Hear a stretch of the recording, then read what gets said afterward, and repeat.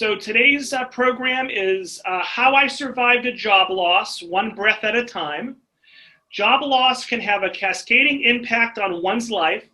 Loss of income is often compounded by a diminished sense of identity or self-worth, lost connections, strains on relationships, changes in lifestyle, threats to financial security, decreased physical and mental health, increased personal and family stress, depression, anxiety, and even a higher mortality rate. Dismissal from work ranks in the top 10 stressful life events on the Holmes and Ray stress scale. And so this presentation acknowledges the deep despair and disempowerment that can accompany the loss of a job and suggests strategies for coping and renewal drawn from the presenter's personal experiences. And so our presenter is Claire Siska, who spent her career in the publishing and educational technology sectors, holding roles in editorial, content development, and management. And back in April 2014, Claire was laid off from her long-standing corporate position and found herself in search of her authentic self. And she is now the proud owner of Acton Critter Sitters, which is an award-winning pet sitting business. And so if we hear any dogs in the background, we'll know why here. Claire lives in Acton with her own 3 dogs and many other visiting critters. So all 35 of us or so, let's give a big round of applause to Claire for joining us here this afternoon. And Claire, I'm going to hide my screen, but I'm here with you. So if you have any questions, I will be here. Thanks so much, and take it away, Claire. Thanks, Bob. Can everybody hear me? Yeah. Okay. Actually interesting that you're doing the entrepreneurial and franchising next week. I think that this presentation may give you a little bit of food for thought in terms of whether or not something like that might be a fit for you. I'm certainly not an advocate for anybody to, that going into business, as Bob said, it's not really for everybody. It turned out to be the right thing for me. This presentation is broken up into sort of 2 parts. One of them is the more personal aspect of what I went through. I'm going to be very honest with you about, the personal ramifications for me for losing my job. And then I do get into some of the practical aspects of how you go about rebuilding. I will get started. Yes. And I also just really want to thank Bob and all of you for giving me permission. This is something I just sort of feel like there were a lot of powers out there and a lot of people who helped me get through my job loss, and it's my little way of giving back. So here you go. See, when you hit the end key, something is supposed to happen. Okay. Survival. All right, let's see. This is a poem that I found that you can read yourselves. It's just something that I found that resonated with me about the sort of the dark, deep feelings that I was feeling of despair, where I felt really trapped and lost. It's all about just sort of feeling like you're stuck and in a very dark place. So I had always had a job, never had to look very far, always in the right place at the right time. Something always came up with the skill set that I had most recently developed. And that was since I was, out of college and well into my 50s. Right connections, right places, right time, never had to worry. Never really thought about it and didn't think really deeply about the side things that you do about keeping your career going. Everything just always seemed to fit into place for me. But after 13 years at my corporate position, I was not facing the fact that things weren't really fitting for me and jiving anymore. My industry was going through, I was in the educational publishing, and they've been going through a revolution for about 10 years now. They still haven't quite figured out how to do it right. or how to be successful at it. Everybody's kind of trying to refigure, but so I was one in several waves of layoffs that happened at my company, and there I was. I was completely on my own. I'm a single parent. I had a daughter that was just preparing to go to college. I had built up, a fairly robust salary, so things followed that. I had a big mortgage. I had to pay my taxes. I had a pretty large budget. I was also, what was considered on the older side for the technology industry. I had 3 dogs that I was responsible for, and I had no idea. I was afraid I was going to lose everything. Because deep in my heart, I knew that I couldn't compete in that industry anymore, and that I really didn't want to. I had seen the resumes that had come in when people were soliciting jobs from me, and I was like, whoa, these people are so much more, at least in my head, that's what I thought, that they were so much more skilled than me.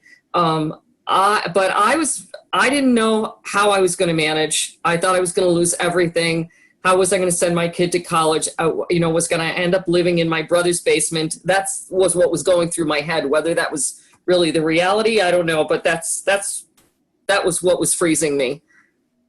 So as I said, I was really good at what I did. My colleagues had appreciated me. I had moved up in the world. I was making a 6-figure salary, and then you start buying things and doing things. And, I didn't have an extravagant lifestyle, but my budget did grow to match my salary. But over time, this sort of being career by the seat of your pants wasn't working for me, because the things that the corporate world was demanding were not really what I had to offer. I didn't feel like they understood me. I came more from a social emotional teacher sort of background, and the idea of the resume that has all these accomplishments on it and how much you contributed to the bottom line, and it just wasn't a good fit for me, and I was having a hard time sort of justifying my existence, I guess. But I still never, in the back of my head, it never occurred to me that I could actually be let go, because I'd never had that experience before. So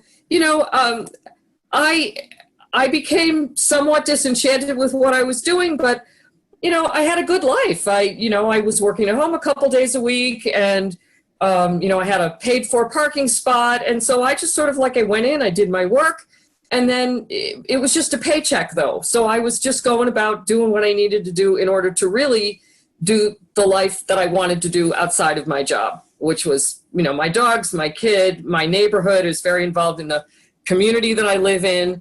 So I wasn't really that invested in what I was doing, and it showed, apparently. So here I am, not interested in, but trying to sell myself into that industry because I didn't know what else to do. So I went through all of the outplacement programs. I would revise my resume again, and I'd show my resume to somebody, and they'd say, oh, you got to redo this, and you got to redo that, and you got to redo this. And then I show it to someone else, and they'd give me the complete opposite feedback. And part of that was because I was trying to capture this person that didn't really exist anymore. I was trying to use the right words and trying to make the pitch, but my heart wasn't in it. But I did what you're supposed to do. I did all this networking and informational interviewing, and, people seemed to want someone that really had all these deep specialties, and I was more of a generalist. I was getting nowhere. So I was really kind of bogged down. That's Benny. He's one of my customers.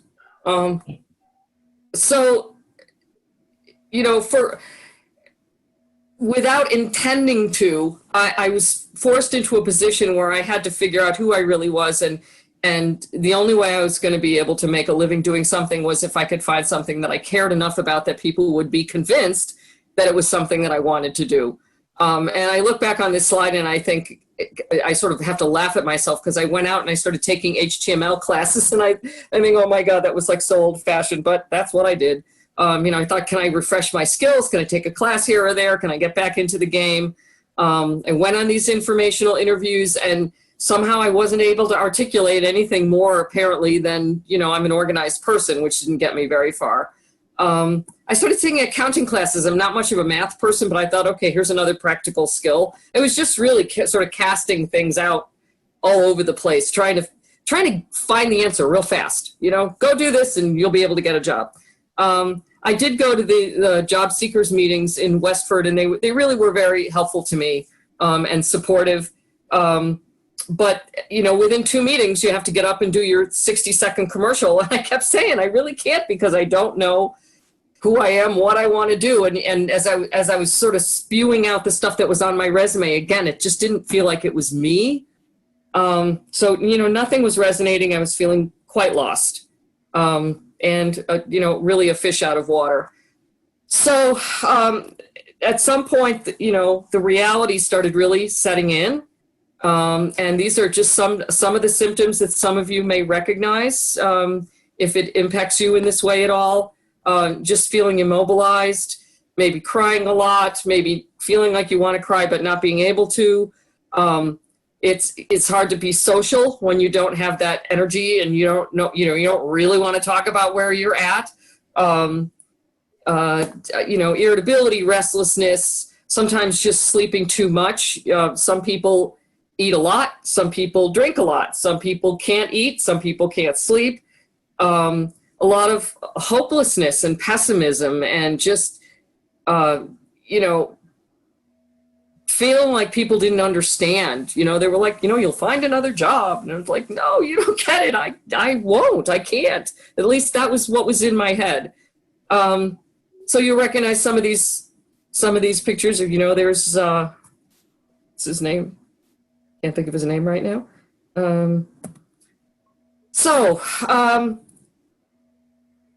I just wanted to acknowledge that many, many people, 1 out of 5 suicides in the United States are related to people losing their jobs. It is a very common feeling. It is not, it's not a solution. It's sort of a permanent solution to a very temporary problem, but it is, it's a high number. And so if that has ever crossed your mind, as it did me, I just want you to know that that's very common. I hope that you will look for help if you ever feel like you're going in that direction. But that is that's a big number, 45,000 suicides each year. Men and women are equally vulnerable. It is a big problem. So the reason I call this presentation "Don't Jump Off That Bridge" is that I didn't really seriously want to die, but I didn't know a way out. And there were times from a practical and pragmatic standpoint that it would run through my head of, if I wasn't here anymore, then, and I could make it look like it was an accident, then the mortgage would get paid off. My kid would be able to go to college. Wouldn't have to figure out where I was going to live. It was this very odd, but, thing that I started thinking about. And I went to visit some friends up in Vermont. I had not driven up to Vermont in a long time, and they lived way, way up there. It's a long drive in the country. And I didn't know how many bridges there were. There were a lot of bridges going through Vermont. And I would be driving across these really tall bridges, and I would get this urge to, if you just yanked the steering wheel over to the right, and just fly off the bridge. And I every time I hit a bridge, I would have to hold onto my steering wheel and drive really straight. It was just, that was the depth of the despair that I had, because I just really didn't know what I was going to do. So how did I get out of that? It was really sometimes day to day, sometimes hour by hour, and sometimes just a minute by minute exercise. I would call my sister and say, don't say anything, just be I just want you to know that there's somebody else on the other side of the phone. I don't want to hear any advice. I just want to know that there's a human being there. Or people would schedule calls with me. and they would say, I'm going to call you at 5 o'clock. You need to be home. Eating was hard for me. I did lose a lot of weight. So just, eating, certainly not a good time to go on a diet, but eat anything that I could, that appealed to me, crackers or just a little bit of yogurt or something, just a little bit of sustenance, because if you don't have that energy inside of you, you can't start working through the problems. Setting really, really small goals for yourself, like today you're going to get out of bed, or, you're going to walk one dog around the block, or you're going to take a shower, or you're going to log onto your computer and, make connections with 2 people. So just really, really small things to force yourself to keep moving and accomplish something, so that you can look back and say, okay, I did X, I did this today. And then not blaming yourself, it's done. You can't blame, a lot of blame for what I should have done. Why wasn't I networking 6 years ago? Why wasn't I taking classes? Why wasn't I, I didn't, there was nothing I could do to fix it. They weren't going to have me back at that company. So stop pursuing my connections there. And then, I had a lot of anger at a lot of people, whether that was rightly placed or not. But, blaming them, again, was just going to be a waste of energy. All of these, I got these ideas from, reading articles or talking to people, but mainly it was just sort of forcing myself to put one foot in front of the other. So, you give into the feelings, but you try not to give up.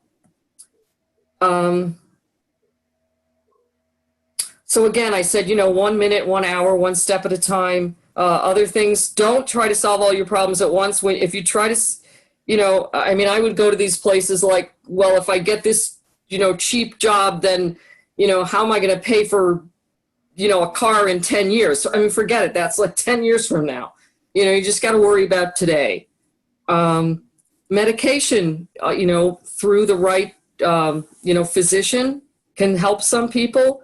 Talk therapy works for many people. Trying to stay in touch with people, your friends, your family. One person that I was speaking to, because I was, again, trying to get to that answer. I wanted the answer right away because there was so much insecurity about not knowing what the answer was, and having those bills, piling up. I was sort of looking for this one answer that was going to come in, and her clue to me was that every conversation is a clue. Everything's going to lead you a little bit. You're going to learn a little something about yourself. Something's going to feel right. Something's going to feel off. And it starts working you down that path. Another thing was gratitude.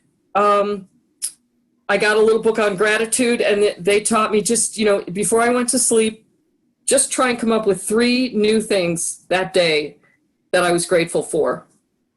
The sun came up. My power didn't go out in the storm. I hugged a dog today.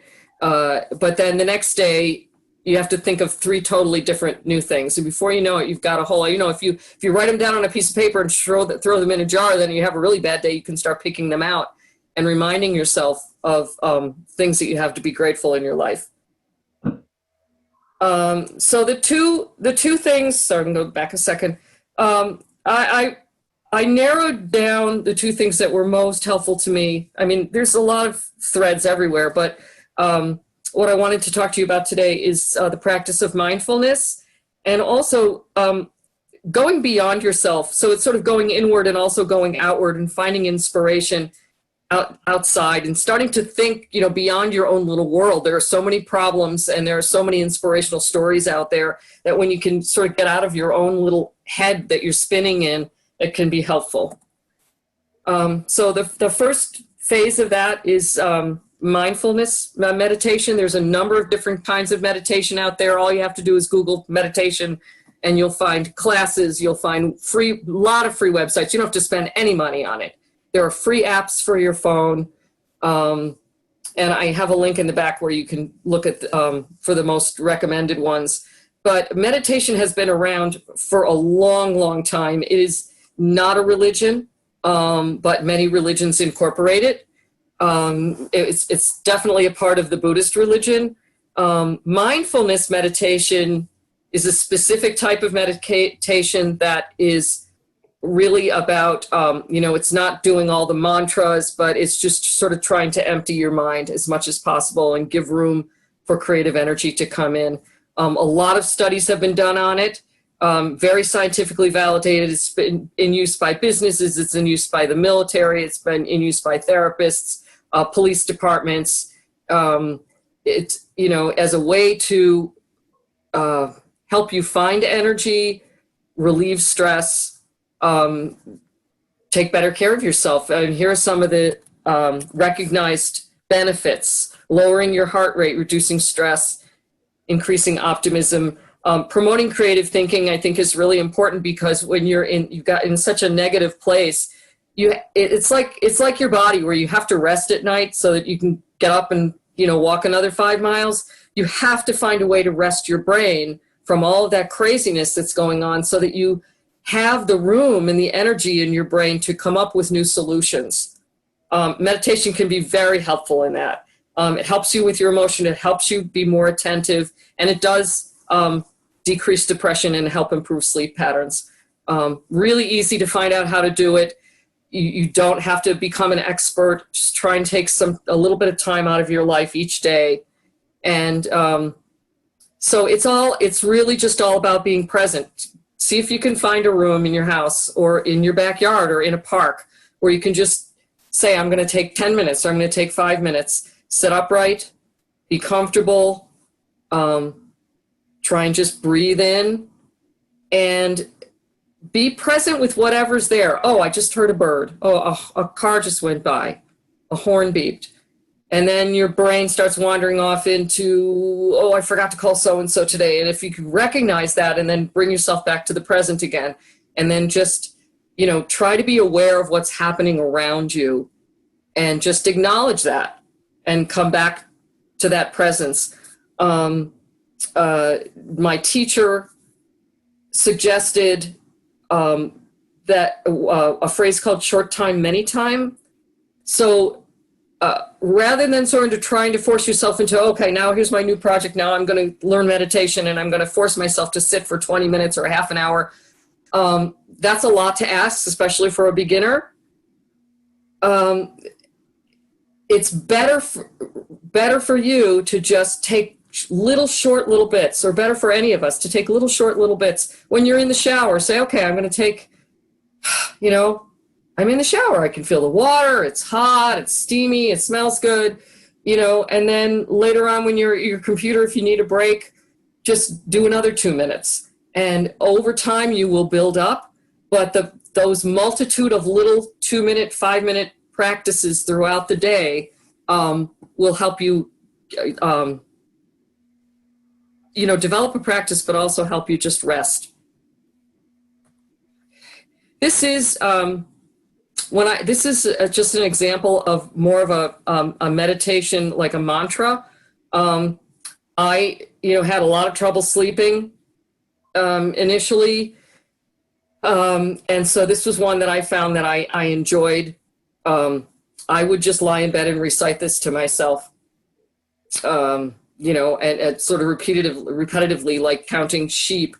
What this particular meditation does is it asks you to expand beyond yourself. First, you're saying, may I be safe, may I be peaceful, may I be free from suffering, and then you expand to may you, and may we, and may all beings. And so you start thinking again beyond yourself into the world. And eventually I would fall asleep. And so this was just, one helpful one for me. So that's meditation. And I do encourage you to try and give yourself that time, no matter if you got a million kids at home, dogs, other responsibilities. Just, it's, like being on the airplane and you pull down the oxygen mask before yourself. You have to, give food to your brain and to yourself so that you can get through this. So the second part, this was a total, like mindfulness meditation. Somebody invited me to a group, and that was more of a purposeful step that I took. Inspiration was something that sort of caught me off guard. I was really feeling sorry for myself. I was wrapped up in a blanket for the whole weekend in my pajamas, just miserably surfing, just wasting my time and, not going to crawl out of that corner and looking at movies and books and, worthless stuff on the web. And this is before the more famous movie came out about this guy.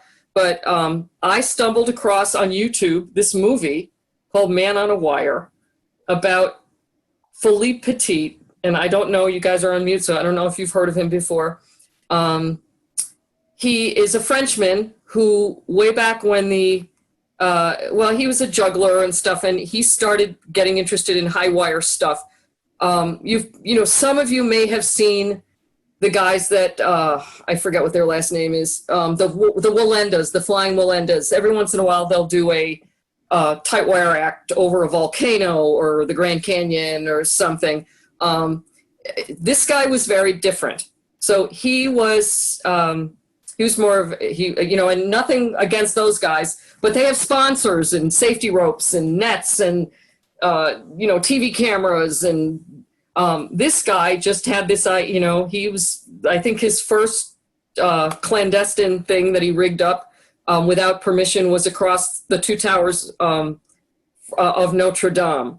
And then he did something in Australia somewhere. But when he started reading about the World Trade Centers being built, he was just fascinated by them. And he couldn't get it out of his head, this idea of stringing a wire and walking between the Twin Towers. So this is his little quote: "Limits exist only in the souls of those who don't dream."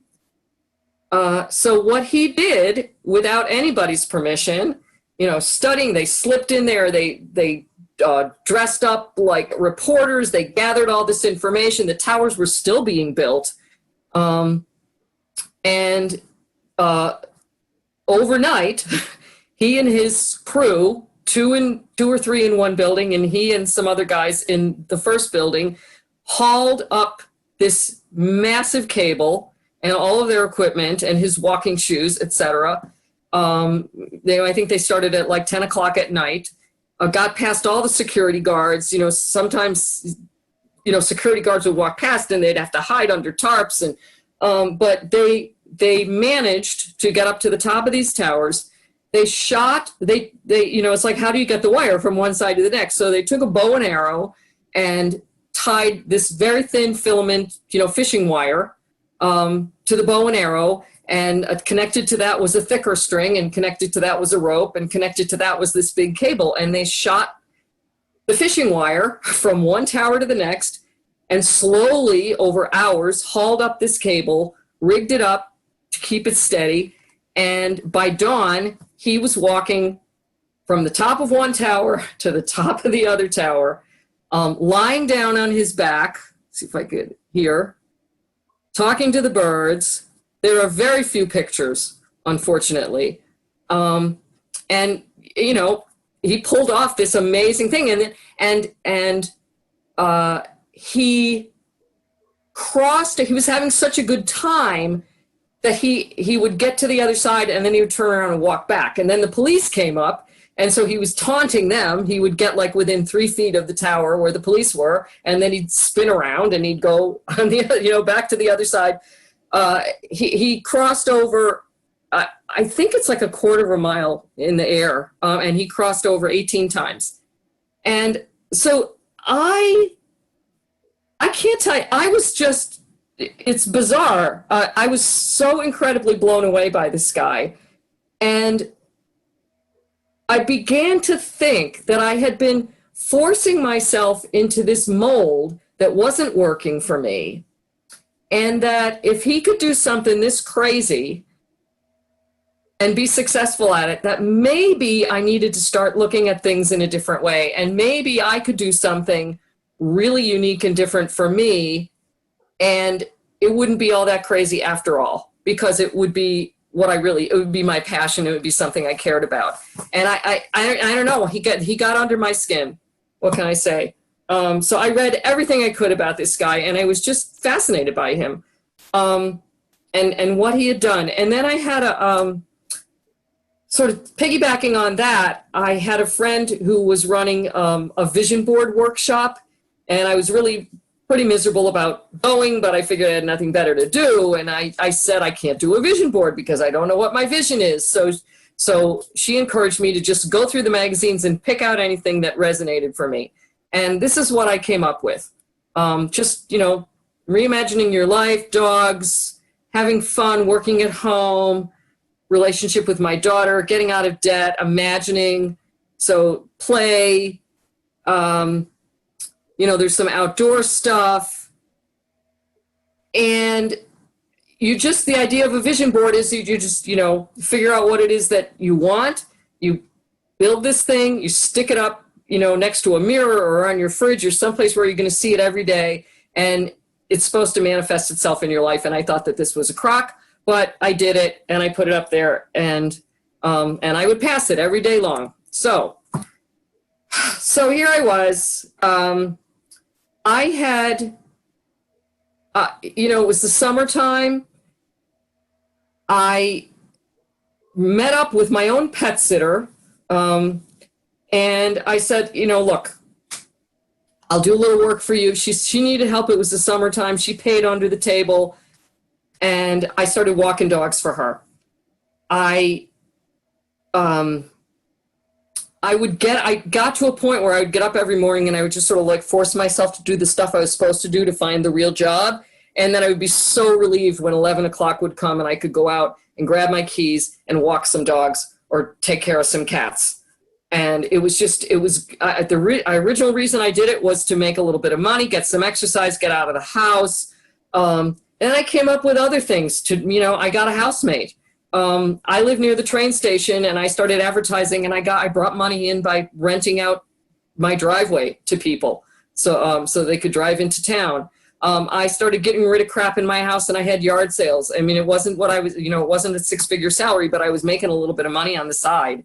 A career counselor that I went to told me that I really only started to show energy when I talked about what I had been doing 25 years before that, which was being in a classroom with kids and working in hospitals with kids.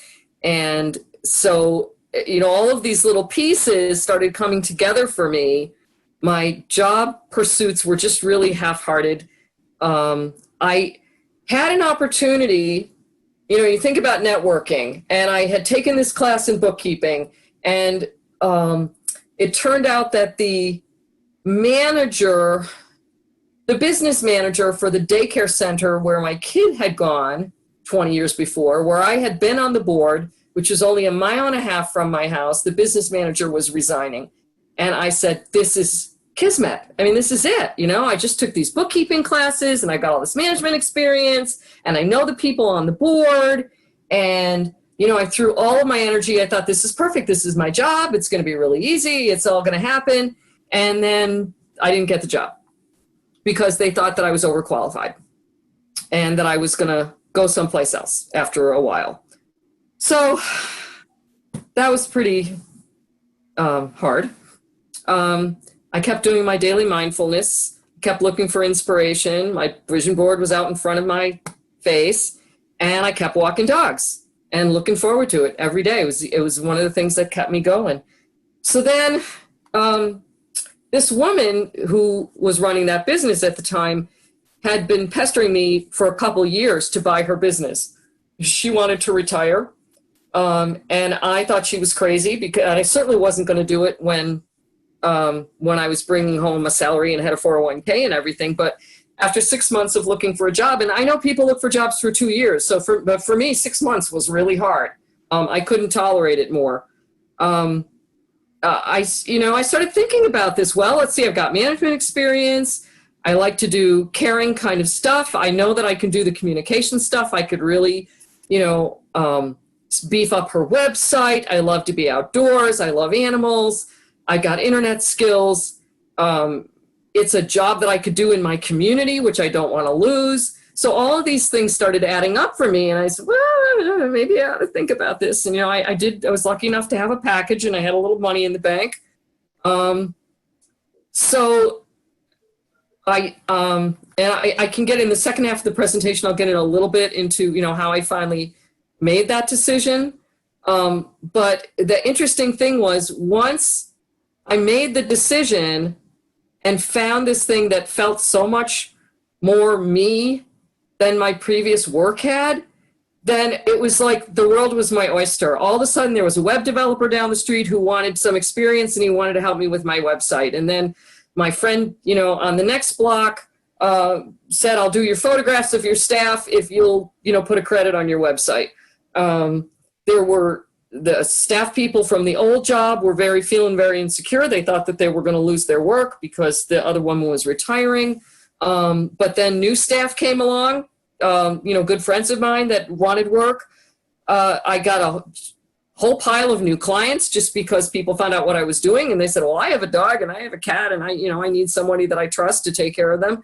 So I think that, when a person finds that thing that feels natural to them, that they can talk about without feeling like they're faking it, which I did, things start to happen for you. And things started to happen for me. So I spent a lot of time getting this website built. And then, I don't know, I seem to have skipped a slide or something, but if you go back to my vision board, the idea of buying this pet sitting company really fits into a lot of what I had on my vision board about working from home, being outside, being with dogs, being sort of in control of my own life.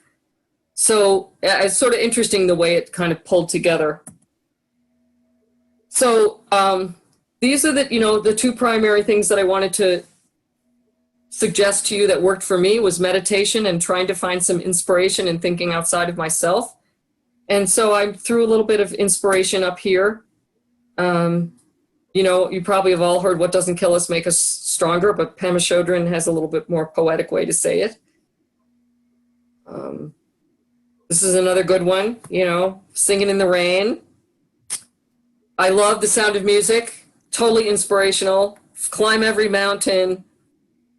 There's inspiration out there. There's poems, there's books, there's, a musician, there's, religion, whatever. Something just to help you get some energy into yourself, to feel like there's something beyond yourself. And this is for me, do the thing and, just get out and do it. So that is, I don't know how we're doing on time, Bob. Claire, you're fine. It's 2:45, but you didn't start talking till about 2:10. So okay. Keep going. So part two is a little bit quicker. This is all about sort of like the pragmatic side of how I decided to buy a business. And you may have heard about crisis as opportunity. And so, I really was in a crisis, but things like that can also, provide opportunities for you to do something or be something that you never imagined you could. So this is, and you'll have this slide deck. You can look at these quotes a little later. So this is the process I went through. So it wasn't just, okay, I can't find a job, think I'll buy a pet sitting company. I really had to, I was thinking about investing a lot of money, taking a risk. So I started thinking, first of all, is it something that I care about? Is it something that I could imagine myself doing? Is it a viable business? I did a lot of research on, the town that I lived in, the area, the demographics of those people, the pet sitting industry in general. I started thinking about, was it practical? Do I have the lifestyle? Do I have the physical setup, that's going to allow me to do this? Do I have the necessary skills? I had more of the management skills, the pet sitting skills I learned as I went along. I also belong to a professional organization now. So, and that one I'm much more inspired to participate in. What is the value add? The people that had, these were people that were, later in life. They had started this on the side. It was a woman who just wanted to be a stay-at-home mom. She just wanted a little sort of hobby business. So they had built their website in 2009, hadn't touched it since then. And this was 2015. They hadn't raised their rates in 9 years. So I was thinking about, can I, what do I bring to the table that's maybe going to take this to the next level? What resources am I going to need? My personal financial advisor and my, who's also my accountant, they were awesome. They're still probably my best partners in terms of keeping me going. But, I needed to know, I needed a lawyer, I needed, equipment, I needed computers, I needed, a database, I needed staff. You had to think about, I had to think about all of that. Can I afford it? That was, it wasn't like I was buying a painting business or something. It was really kind of hard to put a price on it. And did I have the money? How was I going to pay for it? What were the benefits? What were the risks if I didn't take this opportunity? And, what's the worst thing that could happen? So, then I weighed all of those pros and cons. I went and got advice. The Women's Center for Women in Enterprise is a particularly good resource. The Small Business Association is also excellent. If you decide you want to do something like this, you can go to the SBA. It's totally free. You pay for it out of your Massachusetts taxes. You can be assigned a counselor who will meet with you and provide answers to your questions. They're awesome. Gave me all sorts of financial tools to use to estimate whether, what I should pay for the business.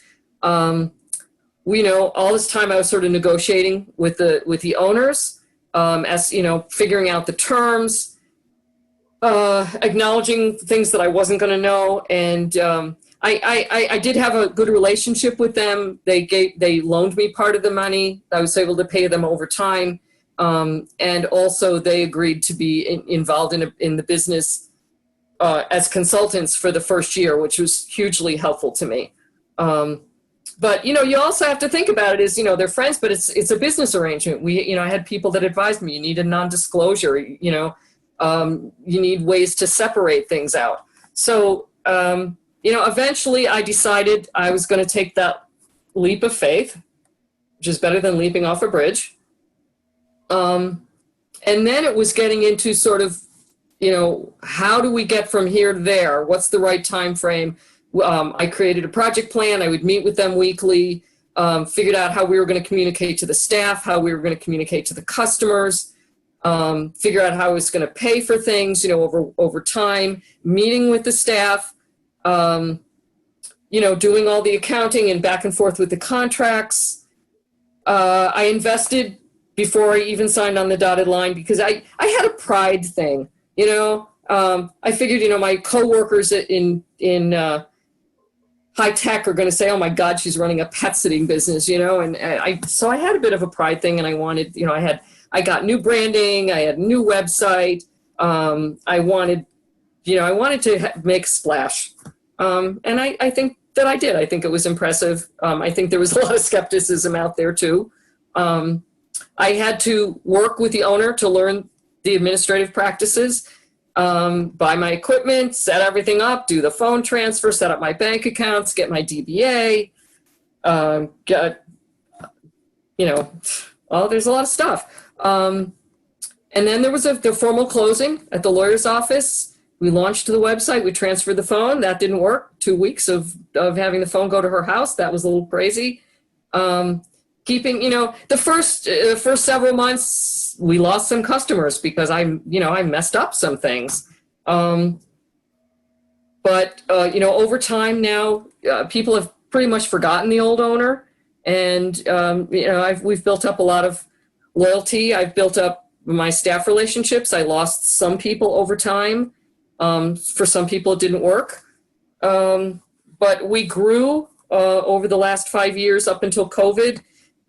We went from about $150,000 in revenue the first year to $500,000 last year.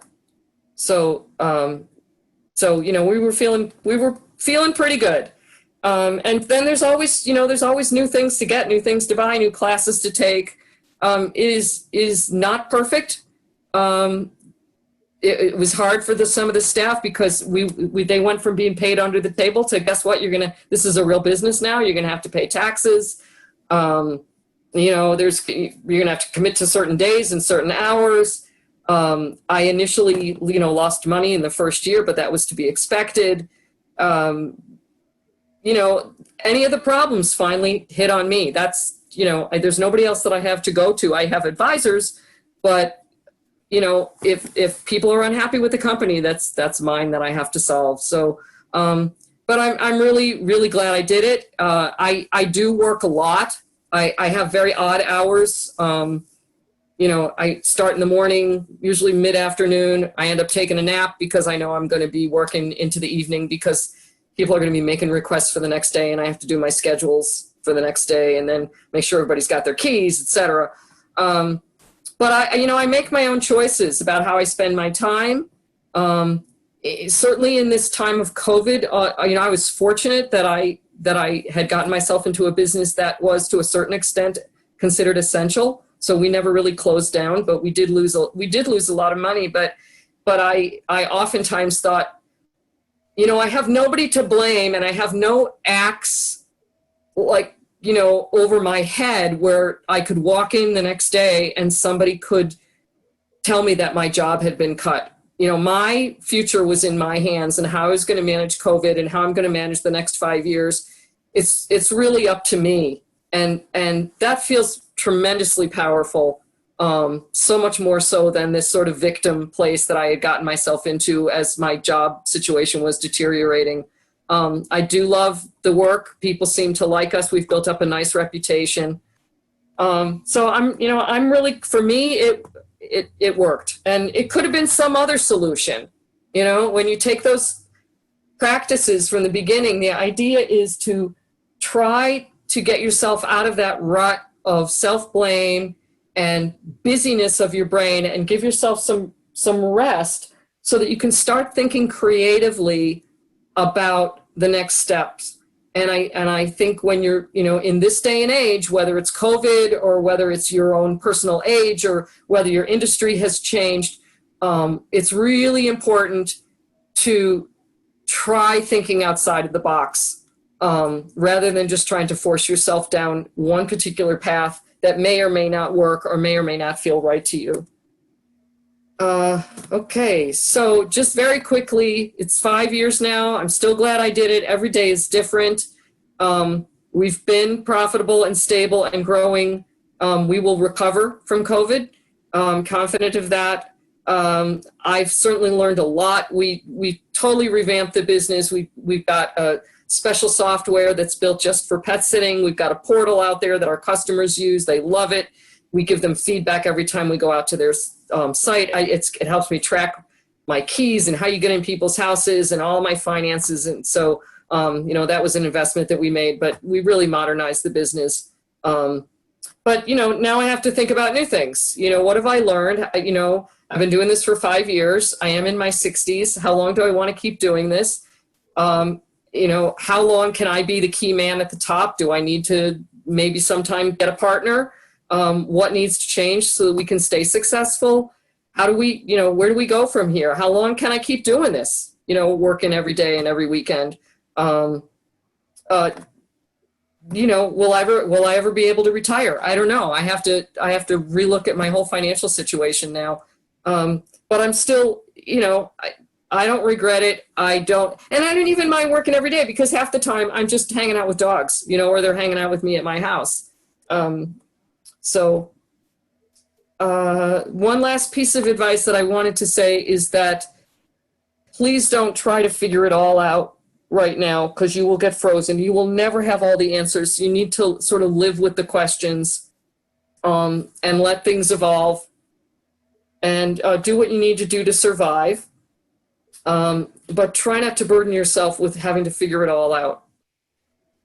So this quote from Real Talks to that.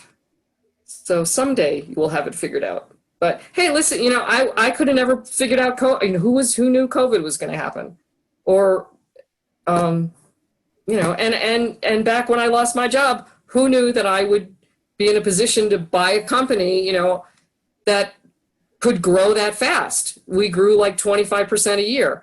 So, there was a time when I thought the end was near. And then what do you know? I'm still in my house. I'm still in my community. I love what I do. You just never know. So thank you for listening to my story. These are some resources, some excellent books that I would suggest for you. And then websites about mindfulness. And then last time I did this presentation, people asked me for my favorite meditation apps, and that's a very personal thing. So here's a review of apps that you can get for your phone and the Small Business Development Center Network. So that's where I'm at, Bob, and everybody else. Oh, I lost. Great. Okay. Don't worry about it, Claire. Okay. Great. So, Claire, why don't you stop sharing your screen? Yep. All right. And Okay. let's take 5 minutes or so of questions. So let's see what we have in the comments. Claire is really motivational, certainly gives me hope. Susan says that was incredible. Thank you very much. So did anyone have any questions or comments for Claire? Clearly she touched on quite a bit in about 45 minutes or so. What was the statistic before CV took its toll? Actually, the statistics are I had not updated the statistics since the coronavirus. So, yeah, I think, Claire, what she was asking, oh, you know what? Let me stop recording. Whoops.